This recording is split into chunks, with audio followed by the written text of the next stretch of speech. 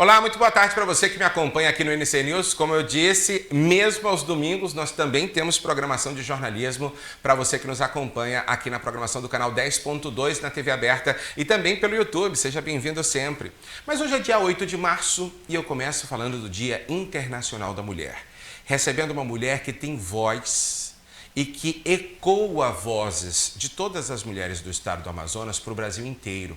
Eu estou falando da delegada Débora Mafra, que está aqui com a gente hoje. Seja bem-vinda. Muito boa tarde para a senhora, doutora. Tudo bem? Boa tarde, Cleiton. Para mim uma honra muito grande estar aqui na NC News, que estão inovando, e eu quero parabenizar por essa iniciativa, principalmente hoje, nos chamando aqui para falar do Dia da Mulher, que é um dia muito importante para todos nós seres humanos, não somente para nós mulheres, mas para poder valorizar e conscientizar a sociedade do nosso valor. Doutora, é importante a gente falar com a senhora aqui pelo seguinte, mais cedo nós mostramos aqui na nossa programação algumas notícias, entre elas que dados de pesquisa do Fórum Brasileiro de Segurança Pública mostram que, infelizmente, o Brasil como um todo tem menos de uma delegacia para cada 100 mil mulheres, o que, segundo o Fórum, é um absurdo. Delegacia que se preocupe exatamente com o crime contra a mulher. Segundo, no estado do Amazonas, o número de feminicídios caiu consideravelmente, 31%, mas aumentou o número da violência dentro de casa, quase 70%. Paralelo a isso, apenas agora a delegacia da Zona Norte e Leste de Manaus passa a funcionar 24 horas. Por que ainda é tão difícil ter políticas públicas que melhorem essa rede de proteção às mulheres, doutora? Eu acredito que falta representatividade da mulher nos cargos de comando. Isso, para mim, é uma visão que a gente tem, né? Que realmente, tanto na pública quanto na privada, nós não temos. Então, a preocupação com a mulher é bem menor. Nós temos que conscientizar a população no geral, homens e mulheres, para verificar essa realidade. Concordo com você, desde 2006, com o advento da Lei Maria da Penha, que impõe a criação de delegacias da mulher, apesar das delegacias da mulher serem antes da publicação da lei, principalmente aqui em Manaus, começou bem antes, nós vemos que não foi para frente. Nem todos os municípios têm delegacia da mulher, tem que ser aqueles municípios muito grandes e que tenham um grupo muito maior de pessoas. Mas muitas vezes aquelas mulheres que estão aí no nosso interior do Brasil estão desassistidas e a Lei Maria da Penha não conseguiu chegar até lá, que é um absurdo em 2026. Após 20 anos do advento dessa lei, ainda não ter chego a todas as mulheres. Por isso que nós temos um número exorbitante de violência à mulher no Brasil. Subiu em 37% o feminicídio no Brasil esse ano de 2025 que passou. Aqui o Amazonas diminuiu realmente, mas se você viu, você mesmo falou que aumentou os casos. Na verdade, Cleiton, não aumentaram os casos, aumentaram a denúncia. É uma gangorra. Quanto mais denúncia diminui o feminicídio, isso nós estamos vendo em loco aqui no estado do Amazonas. Mulheres guerreiras que não aceitaram mais a violência, fizeram com que a Polícia Civil tomasse conta, o Judiciário julgasse o que estava acontecendo dentro de casa. E se não for assim, não vai diminuir os feminicídios. Um dado que eu vi no fórum também que me assustou, e eu já sabia, que a maioria das vítimas do feminicídio no Brasil, 13% apenas tinham medida protetiva. Então, é uma minoria. E a maioria, 87%, não tinha medida protetiva, nunca denunciaram o seu agressor.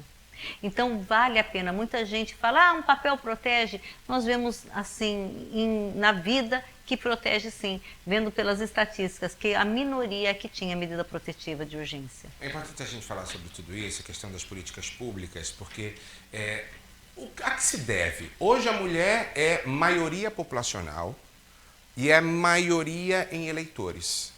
E realmente falta representatividade em todas as casas legislativas, por exemplo.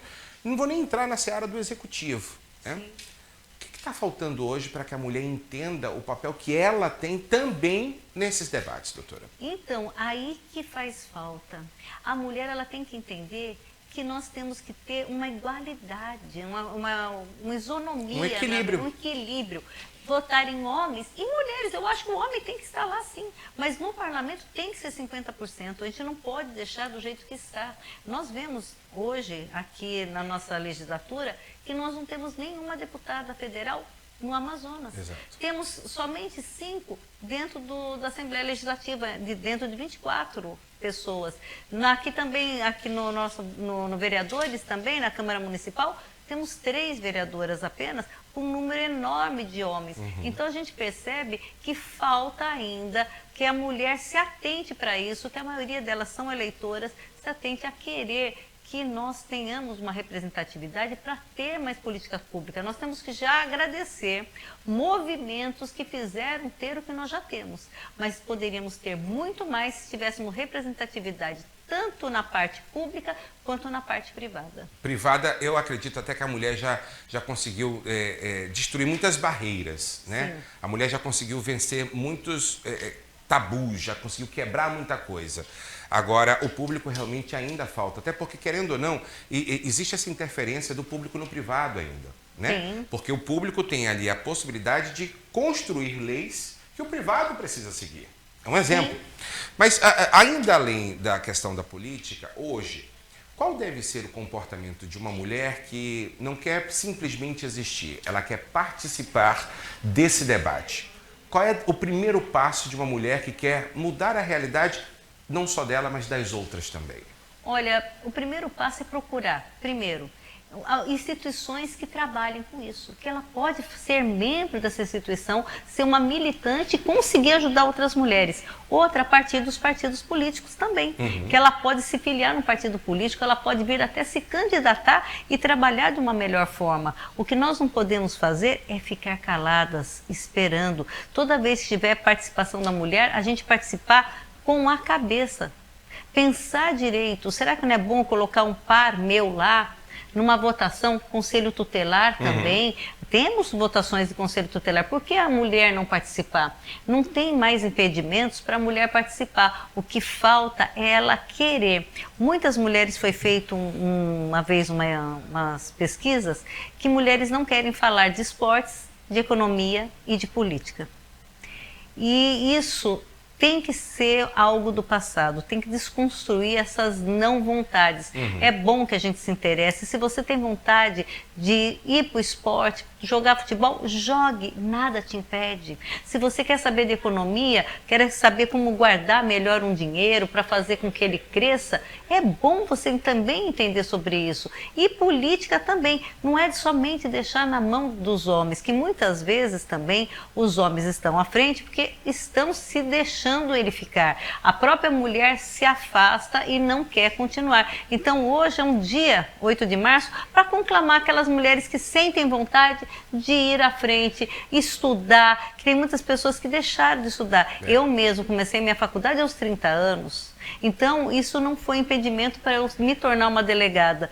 E é isso que eu falo para as pessoas. E eu conheço várias mulheres que começaram a estudar com 12 anos, aprender a ler e escrever. E é isso que nós queremos, que se você tem vontade, vá em frente. Isso é muito importante a gente falar, porque muito se fala no mercado de liderança, né? Cada vez mais esses coaches têm aparecido, mas tem trazido à tona, através das redes sociais, muito do discurso do quanto você, ser humano, pode fazer para evoluir mercadologicamente falando ou pessoalmente, né? Como pessoa, como indivíduo. Então fala-se muito da questão de você comemorar qualquer que sejam os passos que você dá positivamente. Então, 8 de março, eu acredito que as mulheres já evoluíram bastante, mas ainda é um caminho muito longo a se percorrer. Na sua avaliação hoje, o que ainda falta para a gente prospectar para 2026 já? Olha, mais respeito e menos violência à mulher. Cleiton, sabia que a gente já conquistou muita coisa, como você falou, mas ainda nós somos desrespeitadas em vários ambientes. Dentro de casa é o primeiro, que era para ser o nosso porto seguro. Saindo de casa também. Quando nós estamos dirigindo, somos desrespeitadas. Quando nós estamos no trabalho, muitas vezes somos desrespeitadas. Quando andamos na rua sozinha, nós temos medo do que nós vamos encontrar. E é isso que eu queria que nós mulheres não tenhamos mais medo de sair na rua, de estar nos espaços públicos. Eu gostaria de que todos respeitassem a mulher e menos violência. A gente percebe que a violência está tão grande, principalmente a violência vicária, que é um ato cruel de um agressor, querendo matar filhos, maltratar os filhos para atingir aquela mãe. É isso que nós não queríamos mais. Para mim, o maior presente para nós mulheres é respeito e não violência. Doutora, eu peço inclusive a senhora para mandar um recado nesse 8 de março, domingão. A senhora saiu de casa para vir aqui conversar com essas mulheres, então fique à vontade. Certo. Hoje é dia 8 de março, um domingo, o nosso dia. Muitas de vocês, eu sei que estão no tanque, estão lavando roupa, estão lavando louça, fazendo a comida, o almoço da família. Isso é a maioria das brasileiras, porque a maioria das brasileiras são mães solos, são arrimos de família, são elas que trabalham dentro e fora para criar os filhos. Essa é a realidade da mulher brasileira. Mas você, mulher, não desista. Hoje é um dia de conscientização. Pense no sonho que você quer e pense qual é o primeiro passo para você dar para realizar esse sonho. Você merece ser feliz. E contem comigo, que eu estou na frente aqui representando nós mulheres para o melhor da mulher, principalmente no combate à violência doméstica e familiar, fazendo palestras para que os homens entendam que nós não somos contrárias a eles, que nem todo homem é agressor. Mas que os agressores parem de nos agredir, parem de nos matar, que a gente possa viver e viver com excelência. Todo o respeito do mundo a você, mulher, querendo trabalhar fora ou não, querendo ter filhos ou não, votando e sendo votada. É essa mulher que eu parabenizo, você. Um grande beijo da delegada Débora Mafra. É importante, inclusive, olha, se você quer seguir a delegada, procura ela no Instagram. A gente sempre incentiva aqui para que as pessoas se conectem, às vezes, com o quanto ela traz de conteúdo. Tivemos aqui essa semana, por exemplo, o delegado Paulo Mavinier, que tem focado muito na questão da proteção à criança. A delegada Débora Mafra, que se preocupa muito, há muitos anos, com a questão da segurança e do respeito à mulher. Então, se você quiser segui-la no Instagram, é só você procurar Del, de delegada, Débora Mafra. E Débora escreve normalzinho ali, sem H, sem nada a mais.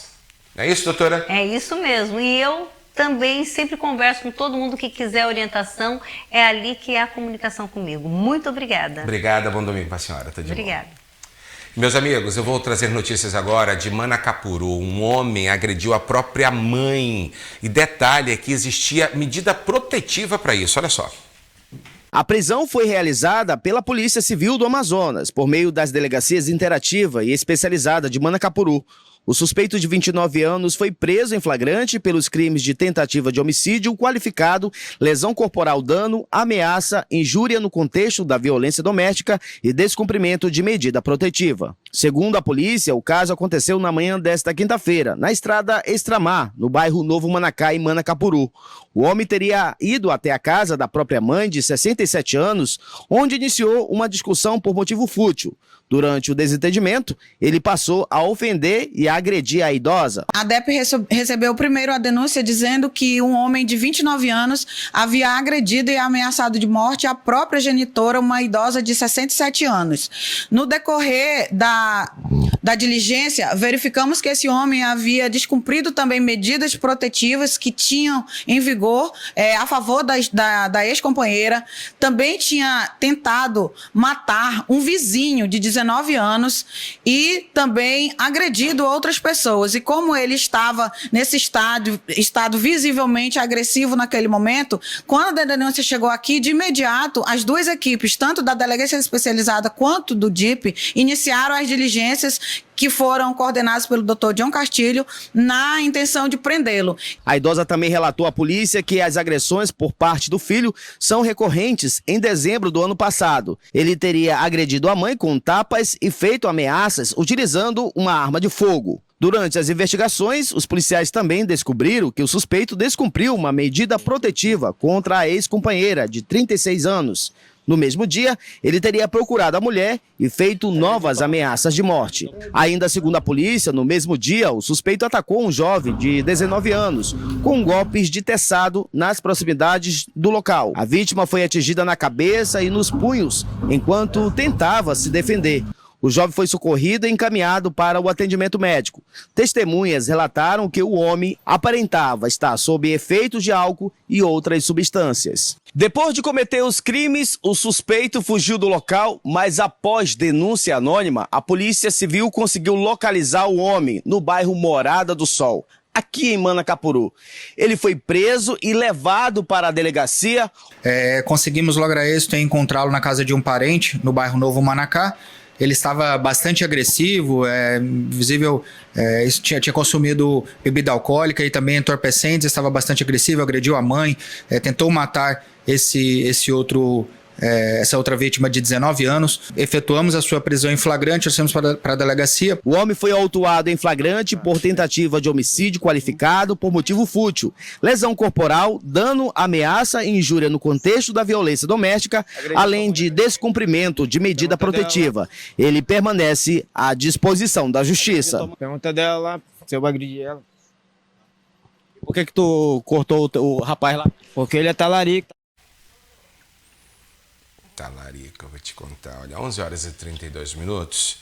Um atleta cadeirante foi atropelado durante uma corrida na manhã deste domingo em Manaus. O caso aconteceu na Avenida João Valério, na zona centro-sul da capital amazonense. Segundo informações preliminares, o atleta participava da prova e a via estava sinalizada por agentes do IMMU. Um vídeo que circula nas redes sociais mostra o momento em que um motorista ignora a ordem de parada de um agente de trânsito e avança o cruzamento. O veículo atinge o atleta que passava pelo local. Olha aí, ó, a imagem. Depois do impacto, o condutor ainda tentou fugir. Um agente de trânsito em uma motocicleta perseguiu o carro e conseguiu interceptar o veículo. Segundo as autoridades, o motorista foi submetido a teste de bafômetro. O resultado apontou 0,54 miligrama de álcool por litro de ar e o que é acima do permitido por lei. O homem foi encaminhado para uma delegacia de crimes de trânsito. O atleta recebeu atendimento do SAMU e foi levado a um hospital. O estado de saúde dele não foi divulgado. Vou falar agora do meio político no Brasil. O governador do Rio Grande do Sul, Eduardo Leite, do PSD, anunciou pré-candidatura à presidência da República. Quem vai trazer as informações ao vivo é Isaías Godinho. Boa tarde, Isaías. Oi, Cleiton, muito boa tarde para você daí de casa que acompanha o NC News. E antes dessa notícia, um feliz Dia das Mulheres que acompanha a nossa audiência e para toda a nossa direção do Grupo Norte. Mas vamos às notícias, né? Porque esse anúncio da pré-candidatura do Eduardo Leite à presidência da República pelo PSD mexe justamente ali com a configuração da sigla numa disputa interna, porque além dele, outros governadores também do PSD, outras figuras políticas filiadas a esta legenda também querem concorrer ao cargo de presidente da República. Então ele anunciou, né, nessa sexta-feira, a pré-candidatura à presidência da República nas redes sociais. O Eduardo Leite, que é governador do Rio Grande do Sul. Ele compete com o Ratinho Júnior, governador do Paraná, e Ronaldo Caiado, governador de Goiás, pela candidatura definitiva do partido para as eleições presidenciais desse ano. Eles vão participar do evento, tanto o Caiado quanto o Ratinho Júnior e o Eduardo Leite vão participar ali de um evento da sigla no estado de São Paulo.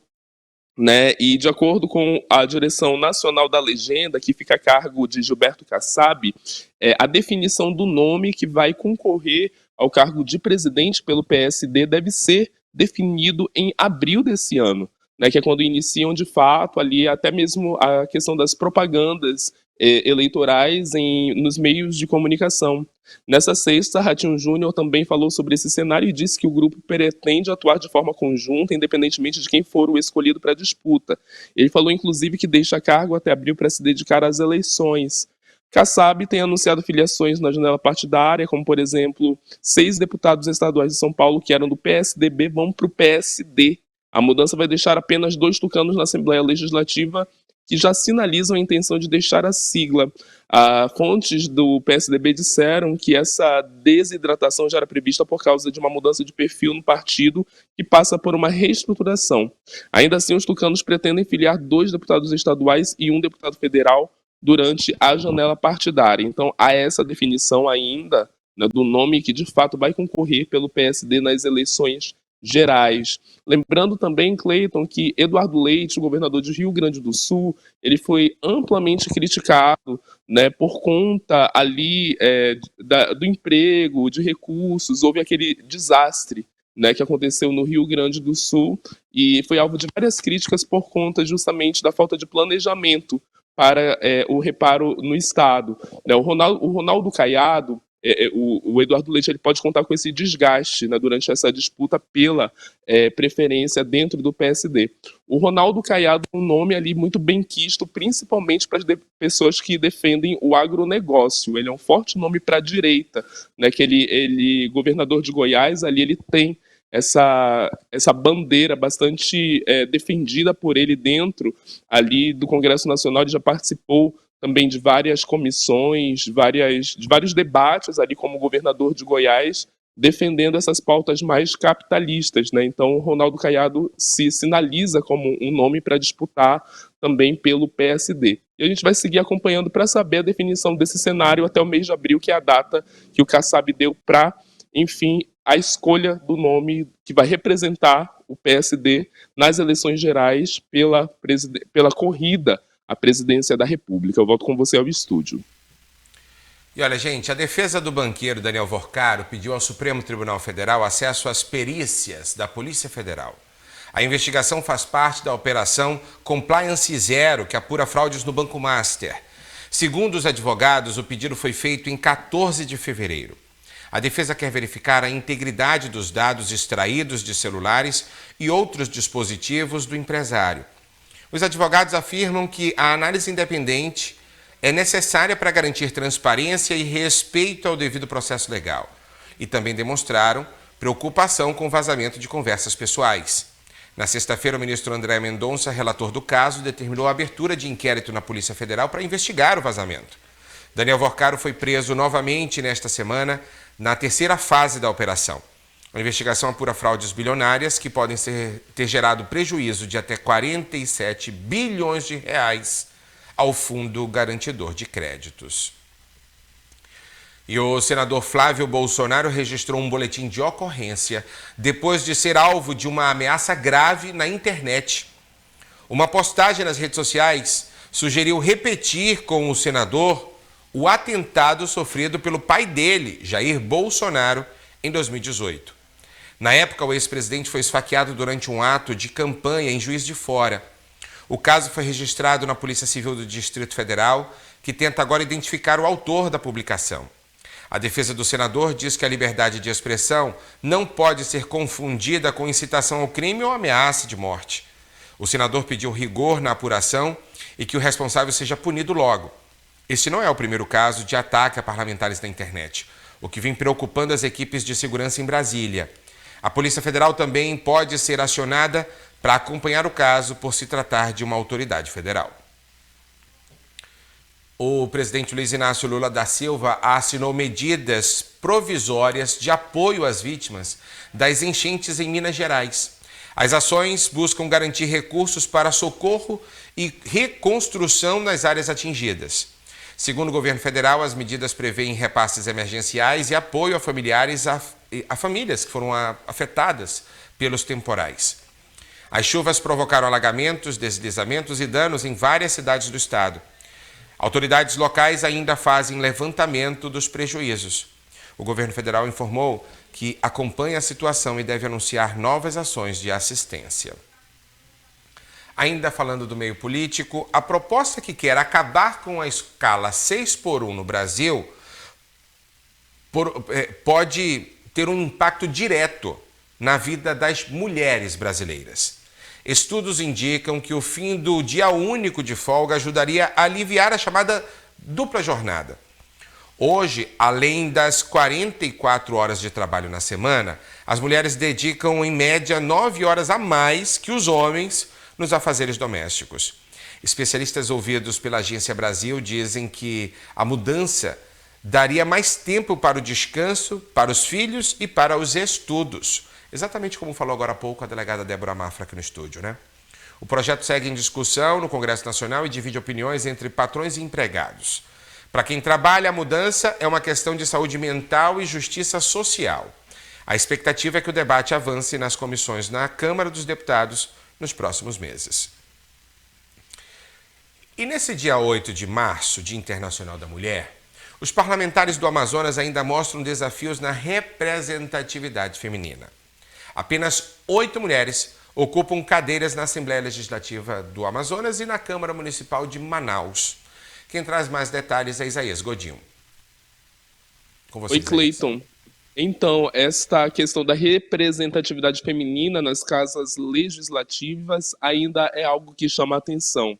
Apesar de, tanto em âmbito ali estadual, na Assembleia Legislativa, quanto em âmbito municipal, na Câmara Municipal de Manaus, sendo que há mulheres ali, há parlamentares, em termos de proporção, ainda é muito desigual, até porque nessas duas casas, juntando a Leã e Câmara Municipal de Manaus, há menos de 10 mulheres, né? Por exemplo, na Assembleia Legislativa, as mulheres que exercem mandato são a Alessandra Campelo, a Maiara Pinheiro, a Débora Menezes, Maiara Dias e professora Jaqueline. Elas ocupam 5 das 24 cadeiras da casa, formando a maior bancada feminina da história do Parlamento Estadual. Apesar de serem ainda minoria, elas já formam ali a maior bancada, né, feminina na Assembleia Legislativa do Estado do Amazonas. Lembrando que, historicamente, no Amazonas, a única mulher que foi presidente da Assembleia Legislativa foi a Elizabeth Azize, do MDB, perdão. Ela era afiliada ao MDB, foi a primeira juíza, participou, né, da Constituinte. Então ainda há essa questão mesmo da falta de representatividade do cargo da presidência. A deputada estadual Alessandra Campelo já foi vice-presidente, participou da mesa diretora por diversas vezes, mas ainda há essa lacuna dentro do parlamento estadual. No âmbito municipal, a presença feminina é ainda menor. Na Câmara Municipal de Manaus, apenas 2 parlamentares exercem um mandato, que é a Thaisa Lippe e a Iomara Lins, em um parlamento com 41 vereadores. É um número bastante reduzido que evidencia essa participação feminina na política local. Mas, no entanto, essas parlamentares, elas têm dado ali voz às pautas delas, com suas ideologias, né? A deputada Débora Menezes, por exemplo, é de direita, a Alessandra Campelo já defende pautas mais progressistas, cada uma com a sua bandeira ali ocupando espaço dentro do poder legislativo. O contraste se torna ainda mais evidente quando comparado ao perfil do eleitorado, né? Dados do Tribunal Superior Eleitoral apontam que 51% dos votantes no estado são do gênero feminino, enquanto os homens são 49%. Mesmo assim, essa predominância nas urnas ainda não se reflete de forma proporcional nos espaços, né, de decisão política. Dentro da Assembleia Legislativa, há a Procuradoria ali de proteção à mulher, né? Algumas iniciativas institucionais encabeçadas pelas parlamentares que dão força aí justamente para a defesa das pautas femininas, ou seja, a Procuradoria Especial da Mulher é presidida pela deputada estadual Alessandra Campelo e completa 3 anos de atuação neste mês de março. O órgão foi instituído em 2022 e iniciou suas atividades em 2023, tornando-se uma referência na rede estadual de proteção às mulheres no estado do Amazonas. A deputada, ela destaca que a Procuradoria oferece atendimento psicossocial, jurídico gratuito em parceria com o Núcleo Especializado de Proteção e Defesa dos Direitos da Mulher na Defensoria Pública do Estado do Amazonas. Então é um serviço que foi ali direcionado pela deputada estadual Alessandra Campelo, que dá essa assistência psicossocial para a população amazonense. Como parte das atividades relacionadas ao Dia da Mulher, também estão sendo promovidas ações de conscientização, como debates e eventos públicos voltados à promoção da igualdade de gênero e ao combate à violência contra a mulher. Na esfera municipal, a Câmara também oficializou a criação da Procuradoria Especial da Mulher, formada pelas vereadoras Thaisa Lippe e Iomara Lins. O órgão tem como atribuições acompanhar políticas públicas, receber denúncias de discriminação e violência, além de promover campanhas educativas e ações voltadas à igualdade de gênero. Na Câmara Municipal de Manaus, a situação é ainda mais agravante, alarmante, com essa discussão em torno da representatividade. São 41 parlamentares e apenas 2, né, representantes ali em âmbito municipal. No entanto, o quadro está mudando, né? As mulheres estão se conscientizando e a gente segue acompanhando essa presença feminina nesses espaços de poder, né, no âmbito legislativo daqui do estado do Amazonas. Cleiton, volto com você. Obrigado, Isaías. Seguindo com o nosso NC News, gente, vou trazer agora informações internacionais. A guerra no Oriente Médio ganhou números ainda mais dramáticos nesta segunda-feira. O embaixador do Irã nas Nações Unidas confirmou a morte de 1.332 pessoas. Todas as vítimas são civis, gente que não estava no combate. O relatório entregue à ONU mostra que o número de feridos já passa de 5.000. Esse balanço é um golpe na diplomacia que tenta, sem sucesso, um cessar-fogo na região. As imagens que chegam desses locais mostram cidades inteiras transformadas em escombros. Para quem assiste de longe, parece apenas estatística, mas são 1.332 famílias destruídas, enquanto potências mundiais continuam num jogo de empurra. E o presidente dos Estados Unidos, Donald Trump, surpreendeu ao falar sobre o futebol e a relação com um dos maiores adversários políticos do país. Em entrevista, Trump afirmou que não se importa com a presença do Irã na Copa do Mundo de 2026. O torneio vai ser sediado pelos Estados Unidos, em parceria com México e Canadá. Mesmo com as fortes tensões diplomáticas e as sanções econômicas, o presidente disse que os atletas são bem-vindos para competir. Na prática, isso é um gesto de diplomacia esportiva. Trump reforçou que a Copa é um evento global e que o esporte deve ficar acima das disputas políticas.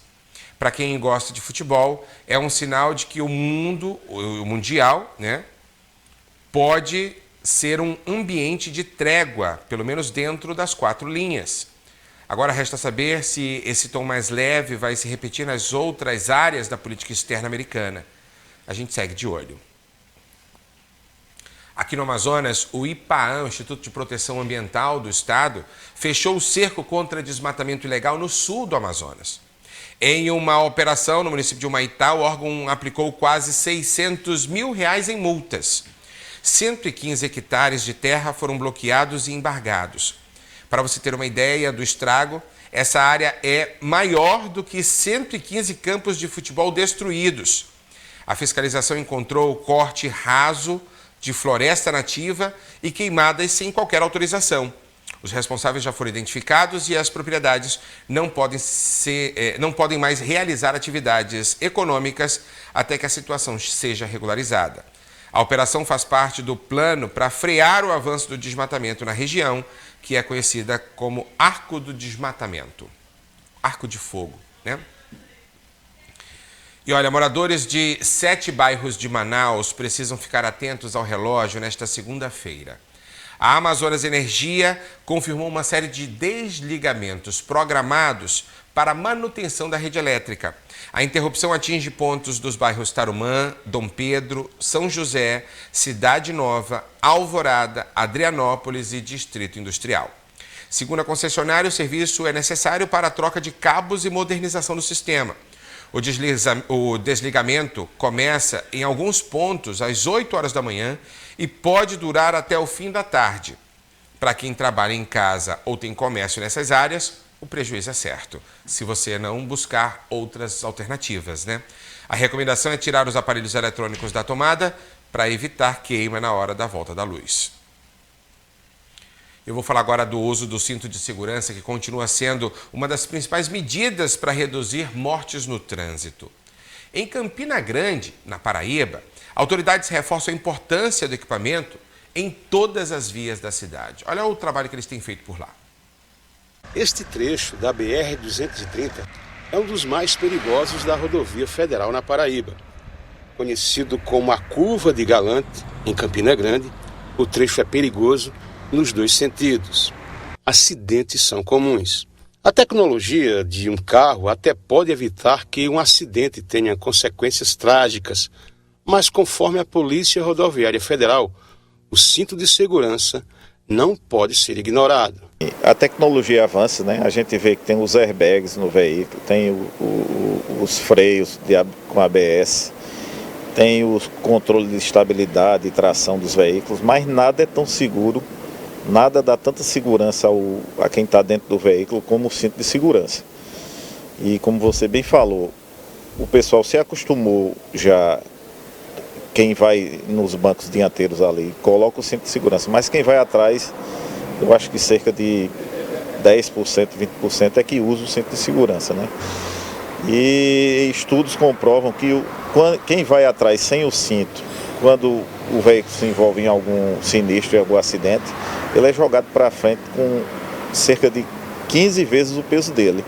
Então quem vai na frente, mesmo com cinto de segurança, quando essa pessoa do banco de trás é jogado para frente, ele empurra a pessoa contra o painel, contra o condutor, contra a direção do veículo. Então ele vai se machucar e machucar quem está com cinto de segurança. Muitas vezes o ocupante do carro pode ser arremessado. Geralmente é no caso de capotamento, né? Então a pessoa fica sendo jogada ali dentro do veículo e quando o vidro se quebra ali, aí então tem uma abertura e ele é jogado para fora do veículo. E esse tipo de comportamento é fatal, né? A maioria das pessoas morrem. Então a importância do cinto de segurança é isso. Como a tecnologia, como eu falei, aumentou muito, o habitáculo ali do veículo, onde as pessoas vão dentro do veículo, ele geralmente é conservado. Ali quebra para-choque, quebra as coisas periféricas do veículo, mas ali onde as pessoas ficam, fica preservado. E a pessoa, estando de cinto de segurança, é muito difícil que ele venha se machucar num caso desse, num capotamento, num sinistro, de um acidente. Então, o cinto de segurança é essencial para a vida, para assegurar que as pessoas, mesmo que se machuquem de forma leve, né? Josênio Braga também se referiu à multa por não usar o equipamento. É a mesma multa para quem, às vezes o condutor vai ali de cinto, quem está do lado dele de cinto, ele não presta atenção, quem vai atrás, e ele está sujeito a levar uma multa, e ele é o responsável pela segurança dos demais no veículo. Então a multa vai para a carteira dele, os pontos vão para ele, né? É uma multa grave, tem 5 pontos na carteira e em torno de R$200 a multa. Então vai para o condutor tem que ter essa responsabilidade. Às vezes eu pego o veículo de aplicativo aqui dentro da cidade e geralmente os motoristas não dizem para você que vai atrás utilizar o cinto de segurança. Eu sempre utilizo, mas é bom lembrar disso, que o motorista que é o responsável e a multa e a pontuação negativa vai para ele. Inclusive nos veículos que fazem a viagem aqui intermunicipal, os veículos de transporte, né, coletivo aqui na rodoviária, o motorista tem que entrar no veículo e avisar os passageiros, olha, o cinto é obrigatório.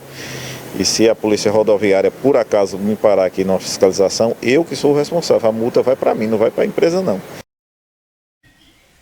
Eu vou voltar a falar do Dia Internacional da Mulher. Atos são esperados nas 5 regiões do Brasil inteiro. Quem vai trazer mais informações dessas manifestações é o repórter Isaías Godinho. Com você, Isaías.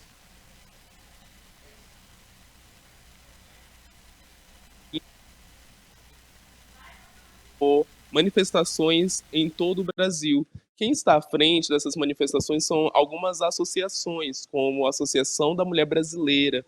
É uma associação citada, né, para a defesa das pautas mais de cunho progressista, porque, por exemplo, além de celebrar o Dia da Mulher e a ocupação do espaço feminino nesses locais estratégicos, locais de poder, de coordenação, as mulheres também vão estar às ruas ali protestando também pelo fim da escala 6x1 e outras pautas, como por exemplo, voltadas contra o imperialismo norte-americano por conta dos últimos acontecimentos que foram registrados aí nessas semanas da invasão dos Estados Unidos e de Israel ao país, né, iraniano, dentre outras pautas aí de interesse mais para o lado do progressismo. No entanto, as mulheres também se unem, né, dão voz a essas pautas bastante relevantes para esse determinado viés político.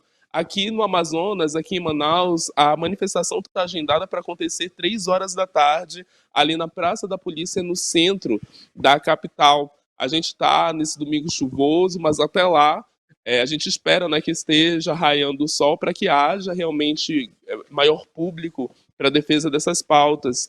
Em Belém, foi 9 da manhã na escadinha da Doca. Em Bragança também, outra cidade do Pará. Em Marabá, também em Roraima e Boa Vista. A manifestação está agendada para 6 horas da tarde no portal do Milênio. E essas manifestações estão sendo realizadas no país inteiro, né? Eu acho importante que a população esteja ciente desses atos que acontecem, até para se unir, né? Se é uma pauta defendida aí para você, mulher que acompanha a programação da NC News, a possibilidade de você chegar nesses locais essa tarde, na Praça da Polícia, aqui no centro da capital, elevar sua voz, participar do debate político, que a participação feminina nesses espaços é importante, mas para que aconteça, as mulheres precisam querer nesses locais. Então, é esse o indicado, o anúncio, né, desses protestos que vão acontecer no país inteiro durante este domingo do dia 8 de Cleiton. Volto com você. Obrigado pelas informações, Isaías. Bom trabalho para você. Agora eu vou com notícias de Porto Velho, em Rondônia, onde um carro capotou e caiu numa vala e 2 idosos estavam dentro. A maior preocupação é com a saúde da mulher, que é cadeirante, e a nossa equipe em Porto Velho preparou uma reportagem. Acompanhe. O acidente aconteceu no final da tarde desta quinta-feira na rua Lisboa, bairro Novo Horizonte, em Porto Velho. Um carro ocupado por 2 idosos acabou caindo dentro de um córrego e ficou com as rodas para cima. Segundo testemunhas, o motorista descia uma ladeira quando percebeu que o sistema de freios do veículo havia falhado. Sem conseguir controlar a direção em um trecho de curva fechada, o carro caiu da pista e despencou na vala que fica às margens da rua. O acidente mobilizou moradores da região que desceram até o local para ajudar no resgate das vítimas. A maior preocupação dos moradores foi com a idosa de 87 anos, que é cadeirante e estava dentro do veículo capotado. Ela estava em situação de extrema vulnerabilidade e precisou ser retirada com muito cuidado pelos populares. O motorista também apresentava sinais preocupantes após o impacto e chegou a expelir sangue pela boca. Antes mesmo da chegada das equipes de resgate, o filho do casal chegou ao local e levou os pais para atendimento médico em um veículo particular. Apesar do susto e da gravidade do acidente, as vítimas foram socorridas e encaminhadas para avaliação médica. As circunstâncias da ocorrência devem ser apuradas. E já que nós estamos com informações de Porto Velho, a capital de Rondônia recebe um dos maiores eventos de games e várias outras atitudes que gostam desse mundo, né? É o Tecnogame, que chega inclusive com muitas atrações nacionais e internacionais. Olha só. Não é apenas uma feira, é um hub de conexões. O evento vai reunir o que há de melhor nas startups locais, mostrando a força da nossa economia criativa, além de competições eletrizantes que vão colocar os gamers da região à prova. 2026 iniciando com o primeiro estado sendo Rondônia, aqui em Porto Velho, na capital, e a primeira edição de Porto Velho. Então a gente está muito empolgado, muito entusiasmado com o que a gente vai entregar para o público de Porto Velho. O Tecnogame é um espaço para diferentes vertentes culturais. Então, desde quem ama games, filmes, HQs, séries, tecnologia, inovação, youtubers, streamers, é um espaço que vai ter experiência imersiva, áreas instagramáveis, é um espaço temático, arenas games free play, cockpit, PlayStation 5, campeonatos de esportes, concurso de cosplay, concurso de K-pop, competições de game jams, vai ter Startup Day, futebol de drone, arena VR, uma arena de realidade aumentada, camarins, mais de 30 atrações, é um espaço gigante. Mais do que um evento, o Tecnogame é um compromisso do Grupo Norte de Comunicação com o desenvolvimento regional. É a nossa emissora investindo em novas linguagens e conectando os rondonienses com o que há de mais moderno no cenário digital. O Tecnogame É um evento, é um projeto também do Grupo Norte de Comunicação e é um evento que já acontece há 4 anos lá em Manaus, então já é uma marca muito consolidada e agora está expandindo para o restante do Norte e esse ano fomos agraciados e é um evento que traz essa cultura geek, a tecnologia, a inovação, então ele traz também a oportunidade de levar esse universo para muitas pessoas que não têm acesso. Então hoje, em parceria com a Prefeitura de Porto Velho, na pessoa do prefeito Léo Moraes, que apoiou e está incentivando o Tecnogame, vamos realizar no dia 21 e 22 aqui esse grande evento com grandes nomes nacionais do universo de influenciadores digitais, streams, dubladores. Então é uma importância muito grande estarmos lá, vamos fazer transmissões, divulgações, talvez é um grande festival, muita coisa vai acontecer simultaneamente, workshops, palestras, competições de games, competições também de realidade virtual, então é um universo, uma experiência que nunca aconteceu no estado de Rondônia. Muito feliz de chegar aqui em Rondônia com o Tecnogame e esse evento que é o maior evento de games, cultura tech, pop, nerd do norte e nordeste do norte e nordeste do país. Chega aqui com a sua primeira edição. O Tecnogame começou lá atrás, em 2022, em Manaus, quando a gente viu a necessidade que esse público pulsante por games, tecnologia, inovação, cultura geek necessitava de viver uma experiência diferente, né? Então essas experiências só tinham no sul e sudeste e a gente decidiu inovar e fundar o Tecnogame, que hoje é um sucesso, transformando o maior evento de games, tech, geek do norte e nordeste do país. Esse ano a gente pretende se tornar um dos maiores da América Latina. Vai ser um grande evento, parabéns aos rondonienses aí. Agora, com informações do Amazonas, eu vou falar de economia, principalmente da produção rural. Em Manacapuru, a criatividade do homem do campo está dando frutos. Eles estão cultivando pitaia e estão movimentando a economia na região. Olha só.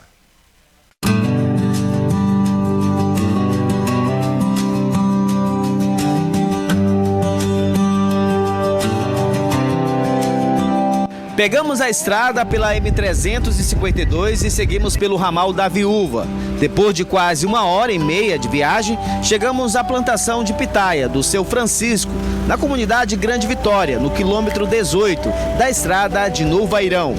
Conhecido como Seu Neca, ele cultiva a fruta há cerca de 5 anos. O que começou com um teste virou a principal fonte de renda da família.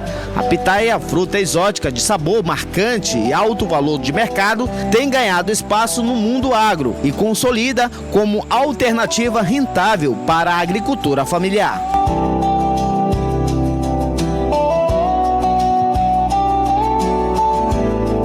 A produção da pitaia exige cuidados e acompanhamento constante aqui na plantação. Os produtores adotam técnicas que vão desde o preparo do solo até a condução correta das plantas, garantindo qualidade e produtividade ao longo do ano. Por causa que isso aqui realmente foi um cara que trouxe para mim, né? Para nós trabalhar de metade, só que a metade jogou aí não explicou quase nada. Aí eu plantei, morreu tudo, aí depois eu peguei 15 pés e fui pela televisão, via como é que era, né? Aí plantei, dos 15 pés, eu já estou com esse tanto aqui plantado.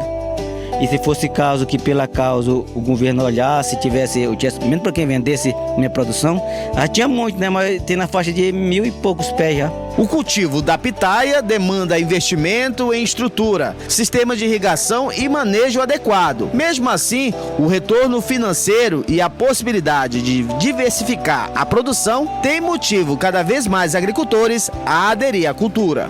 O manejo é feito com adubações periódicas, né? E pelo fato de ela ser um cactus, a gente não precisa estar irrigando muito, né? E sim uma base de fosfatados, né? Ou o sulfamon em si próprio, entendeu? Esse é o manejo que a gente usa nela. E o período de colheitas, a gente usa periodicamente. A partir desse momento ela começa a dar direto, né? Dependendo da adubação que é feita. Além de gerar renda, a produção da pitaia também pode contribuir para o fortalecimento da economia criando novas oportunidades e incentivando as práticas agrícolas sustentáveis na zona rural daqui do município de Manacapuru. Eles têm curiosidade, né, dessa cultura. A gente até sugeriu de alguns produtores virem aqui ver a produção do seu neco, né, para ver como é a plantação, até em outros municípios que já tem essa adaptação, né, melhor, né? Que aqui está iniciando mesmo a cultura, né? A produção já abastece feiras locais e começa a despertar o interesse de compradores de outros municípios. A expectativa é que nos próximos anos o cultivo da pitaia se consolide como uma das principais alternativas agrícolas de Manacapuru. A pitaia, por ser uma cultura economicamente viável, ela vem atraindo pessoas para que possam produzir. Nós temos um grande público na M352, já temos algumas pessoas nos ramais da M070, né? Então a perspectiva é de que vai haver um crescimento muito grande em função da sua massificação de produção no município. E olha, atenção, mulher, você que está enfrentando qualquer dificuldade dentro de casa, frente à violência, a Defensoria Pública do Estado do Amazonas ampliou o atendimento e a nossa repórter Patrícia de Paula foi até lá para mostrar para a gente o que você pode fazer para buscar ajuda. Exatamente isso. A Defensoria Pública do Estado do Amazonas está oferecendo atendimento para as mulheres que estão sofrendo algum tipo de violência. E dentro desse atendimento tem a psicossocial. Nós sabemos que quando a mulher passa por situações adversas, o emocional dessa mulher normalmente é abalado. Então, como fazer para sair de uma crise como essa? É por isso que tem todo esse atendimento importante aqui para essas mulheres. Nós vamos conversar com a doutora Caroline Ferraz, que é defensora pública e é coordenadora do Núcleo de Promoção de Defesa dos Direitos da Mulher, o que é muito importante um trabalho como esse, diante do número crescente em relação a esse tipo de caso aqui na nossa região, né, doutora? Com certeza, a gente tem visto aí um aumento no número de denúncias, um aumento no número de ocorrências e a Defensoria Pública traz um atendimento multidisciplinar. Nós temos a parte jurídica para atender essa mulher que precisa de uma medida protetiva, que precisa de um acompanhamento numa audiência criminal. Temos as assistentes sociais, psicólogas que fazem o acolhimento da mulher que busca o núcleo. E aqui, além da parte criminal, a Defensoria Pública também faz o pedido de medida protetiva, o pedido de divórcio, a pensão alimentícia, a guarda da criança. Então é importante a mulher saber que ela pode buscar a Defensoria Pública e resolver todas essas questões de guarda, de pensão, de processo criminal em um único lugar, que é o Núcleo de Defesa da Mulher. E falando nisso, doutora, é importante que as mulheres saibam disso, porque no momento como esse de violência que é passada, tanto física como psicologicamente, a mulher se encontra perdida.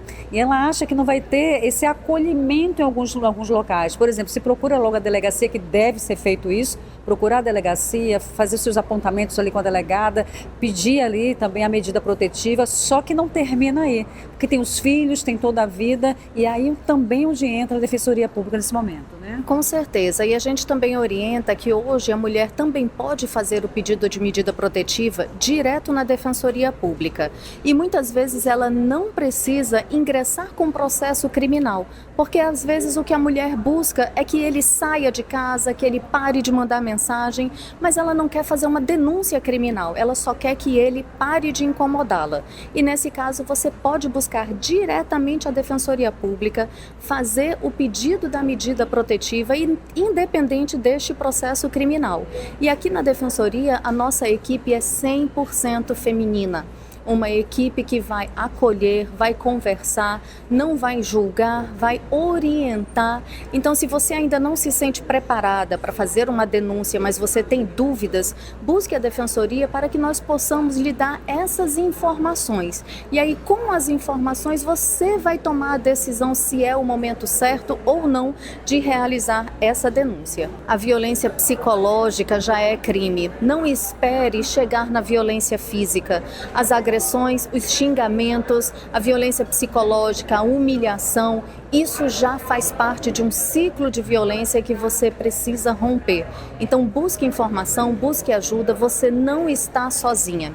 A Defensoria Pública tem uma equipe preparada para atendê-la, para trazer informação e para lhe acolher nesse momento tão difícil. Nós temos aqui na Defensoria uma exposição mostrando a história de mulheres que passaram pelo que você está passando agora e que hoje estão vivendo longe desse ciclo da violência. Então não se cale, busque ajuda, busque a Defensoria Pública. Doutora Carolina Braz, muito obrigada, senhora. Voltamos com vocês aí ao estúdio.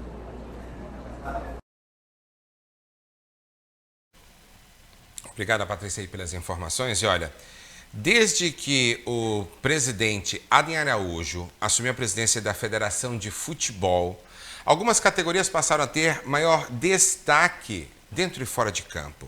O investimento feminino tem sido uma das categorias a receber esse destaque. Acompanhe.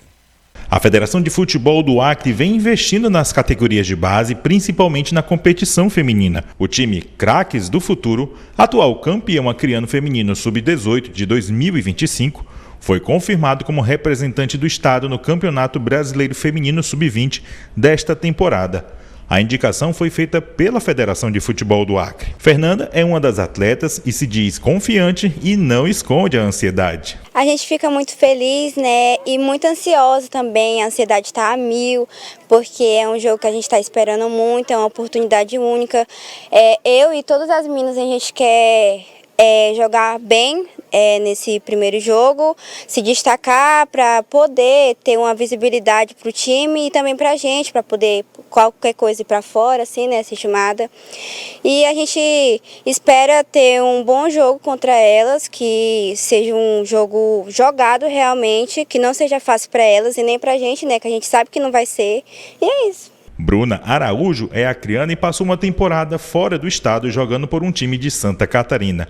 Ao retornar para o Acre, passou a integrar o elenco do Craque do Futuro e destaca que essa é uma partida importante pela visibilidade que olheiros de grandes times podem enxergar grandes talentos acreanos. Esse campeonato que a gente está participando, que a gente vai participar, é uma oportunidade muito grande para a gente que é atleta, porque lá tem muito olheiro, então acho que é uma boa oportunidade para mim, tanto para mim quanto para as meninas que são mais novas também, então para elas pode ser até melhor ainda. E é só a gente jogar, saber o que a gente sabe, fazer o que a gente sabe dentro do campo, né? E tentar ser campeã aí. A treinadora Neila Rosa destaca o motivo da ansiedade do time. É a primeira vez que uma categoria de base estará representando o estado em uma competição nacional. Estão bem animada e bastante ansiosa, né? É o primeiro campeonato que elas participam de categoria de base, que aqui no Acre nunca participou, e a ansiedade delas é bastante. E a vontade delas de fazer um bom jogo é melhor ainda. Eu já trabalho com essas meninas já há muito tempo. E assim, a gente tem que trabalhar sempre o psicológico delas, não só para esse jogo, mas sempre. Para uma partida, para um campeonato, a gente tem que trabalhar. E agora vai ser maior ainda, porque é um campeonato brasileiro, né? Elas estão ansiosas, tem meninas que nunca saíram nem daqui para o município, e a gente está trabalhando bastante isso também. Já que hoje é 8 de março, Dia Internacional da Mulher, e a gente está fazendo também algumas homenagens, nós vamos trazer a história de uma mulher que tem protagonismo na defesa dos direitos da mulher da minoria, principalmente as mulheres indígenas. Thaís Cocama é o destaque de hoje.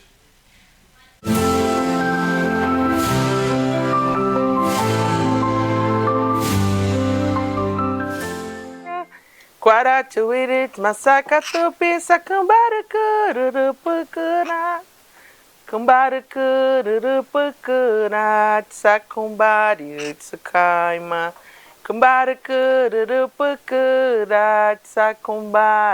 Sakaima. Nossa missão começa na Amazônia, onde o rio dita o tempo e a floresta guarda memórias antigas. Viajamos de barco até a aldeia Iambé, localizada no Igarapé Tiu, no Tarumã-Açu, em Manaus. É lá que vive Thaís Cocama, cantora, compositora, produtora audiovisual e mulher indígena, que transforma a arte em instrumento de fortalecimento feminino. Neste Dia Internacional da Mulher, a história dela mostra que o protagonismo e a força do sagrado feminino nascem de raízes profundas. Mesmo tendo sido criada em área urbana, ela sentiu a necessidade de voltar às origens para se encontrar com o que mais precisava, a ancestralidade. Eu queria me conectar mais, né? Com o meu povo, com a minha cultura. E a minha mãe, ela tem descendência do povo Sateré-Maué. Uhum. Já meu pai, ele é Cocama, só que a nossa comunidade é no Alto Solimões. E é muito longe. Só que a questão já da cultura foi o meu pai mesmo que não permitiu a gente perder essa cultura. Eu tive esse meu processo de retomada da minha ancestralidade, porque eu não entrei, eu pertenço a isso, entendeu? Então eu só retomei aquilo que os meus ancestrais queriam para minha vida.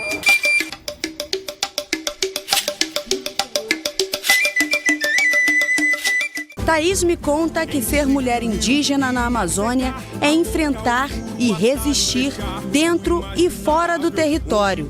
É lutar por espaço, por respeito e por voz. Uma voz que reverbera e ecoa com um tom único de pertencimento.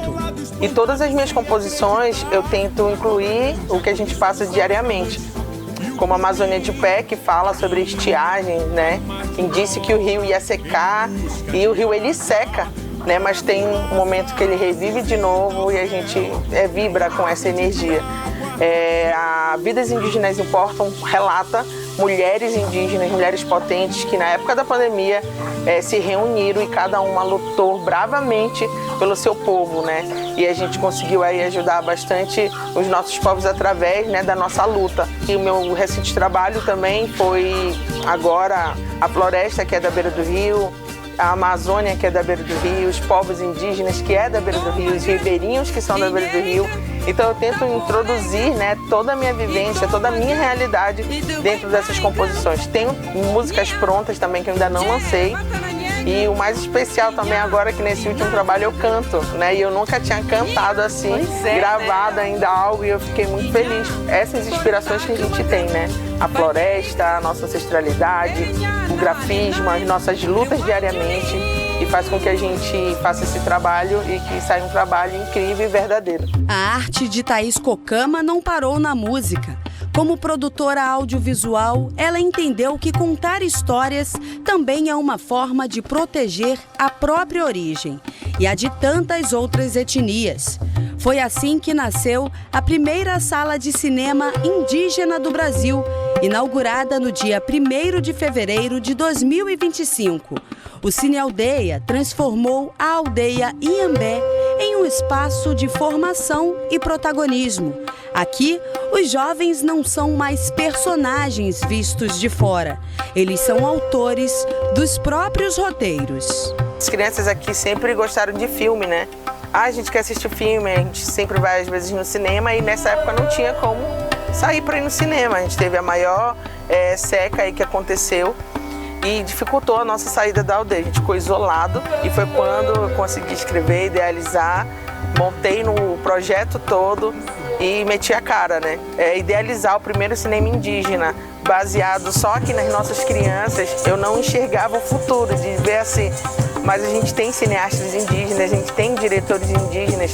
Hoje eu sou a Thaís do audiovisual, a Thaís roteirista, a Thaís influencer, a Thaís que está ali sempre dirigindo um documentário. Então, para mim é muito importante, né, de a gente ter trago esse projeto para nossa aldeia e marcar aí, né, a história do Brasil mais uma vez. É o primeiro cinema indígena do Brasil e fica na nossa região norte. Aqui não é apenas a história de uma mulher indígena. A trajetória dela alcança muitas outras mulheres.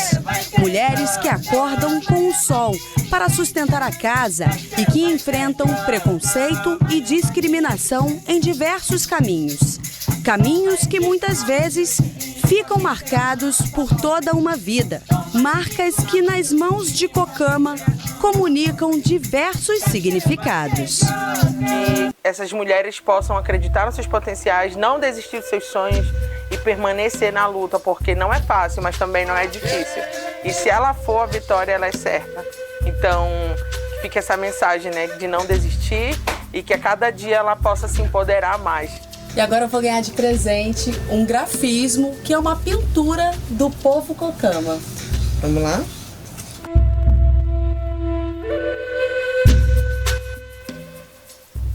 Já. E esse traço que agora marca a minha pele é mais do que um desenho, carrega significado. E hoje eu levo daqui mais do que um símbolo. Eu levo identidade, eu levo aprendizado, eu levo a Flor Guerreira. A Flor Guerreira ela é uma pintura que fala o quão guerreira nós somos como mulher. Então, a Flor Guerreira para uma mulher guerreira. Feliz Dia das Mulheres.